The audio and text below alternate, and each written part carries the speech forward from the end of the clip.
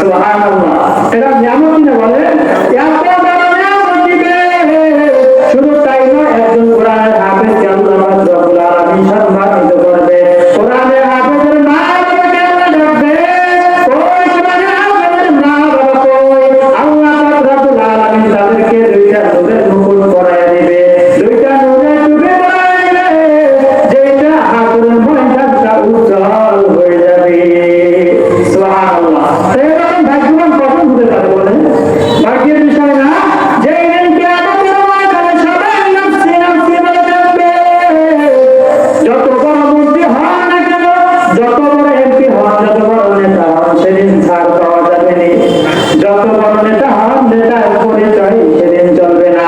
আল্লাহ পাক রব্বুল আলামিন সেদিন ডাক দিবে, লিমানিল মুলকুল ইয়াউম লিল্লাহিল ওয়াহিদিল কাহ্হার। আল্লাহ রাব্বুল আলামিন ডাক দিয়ে বলবেন, ওই ওই দুনিয়ার সেই রাজা বাদশারা কই? ওই নমরুদ কই, সাদ্দাত কই, ফিরআউন কই, বড় বড় বাদশারা কই? আজকে আসো, আমি আল্লাহ রাব্বুল আলামিনের সামনে ক্ষমতা দেখাও।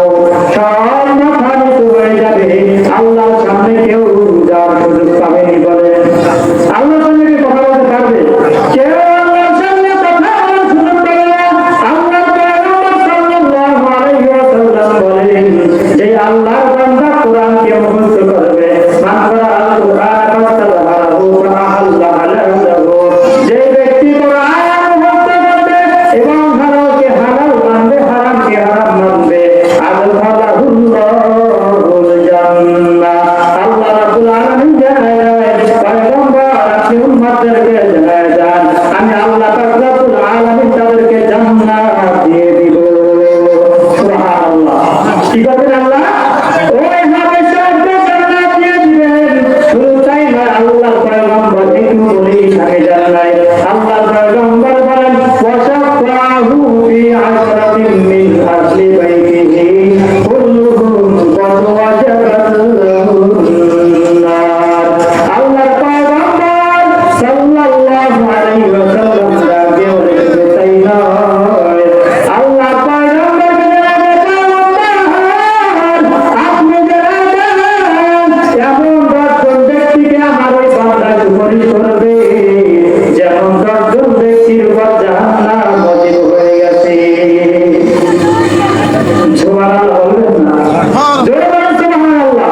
কোন সব ব্যক্তি সাধারণ কোনো মানুষ নয়, যাদের উপর জাহান্নাম ওয়াজিব হয়ে গেছে, জান্নাতে যাওয়ার সুযোগ নাই।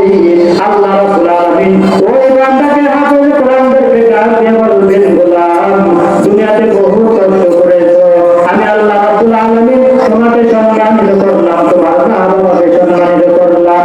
এখন আমি আল্লাহ রাব্বুল আলামিন আরো সুযোগ দিলাম, 10 জন ব্যক্তিকে তুমি জান্নাতে নিয়ে যাও, যারা দুনিয়ার বড় পাপী ছিল, কিন্তু কোরআন এলাকে মহব্বত করছে, আছে না নাই?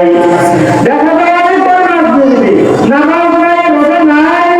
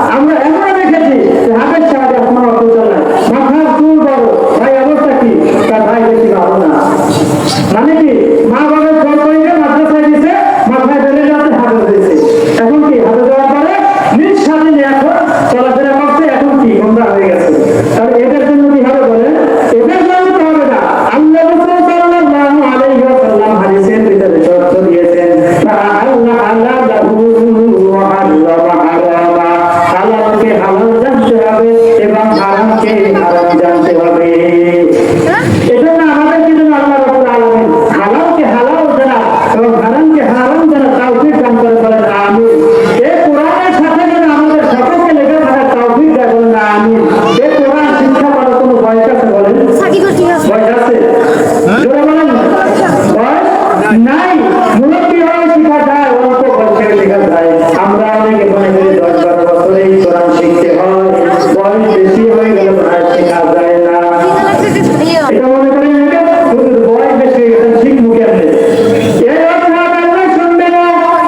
আল্লাহ রাব্বুল আলামিন সেই কিয়ামতের ময়দানে যদি বলে, বান্দা আমি আল্লাহ রাব্বুল আলামিন তোকে এত বড় একটা হায়াত দিলাম, তুই দুনিয়ার সব কাজ বুঝলি, দলিল হয়েছে কি জায়গার হয় নাই সেটা বুঝলি, আমার জায়গা কেউ খায় খায় কি খায় নাই সেটা ভালো বুঝলা, এইগুলো হয়েছে এইটা কেমনে বলছো, আমার সংসার চালাইতে হবে সেটা কেমনে বলছো, তুই 1 লাখ যাইয়া কোরআন শিক্ষা করায় ওই খেয়ালের লোক আল্লাহ শুনবে না।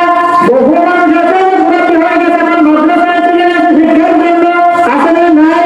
বিশ্বাস না হয় বড় বড় মাদ্রাসায় গিয়ে দেখবেন যে মাদ্রাসাগুলো মুরব্বীরা এখন করতেছে, তাহলে আপনিও তো সেরকম মুরব্বী হয়েছেন, পারবেন না কেন?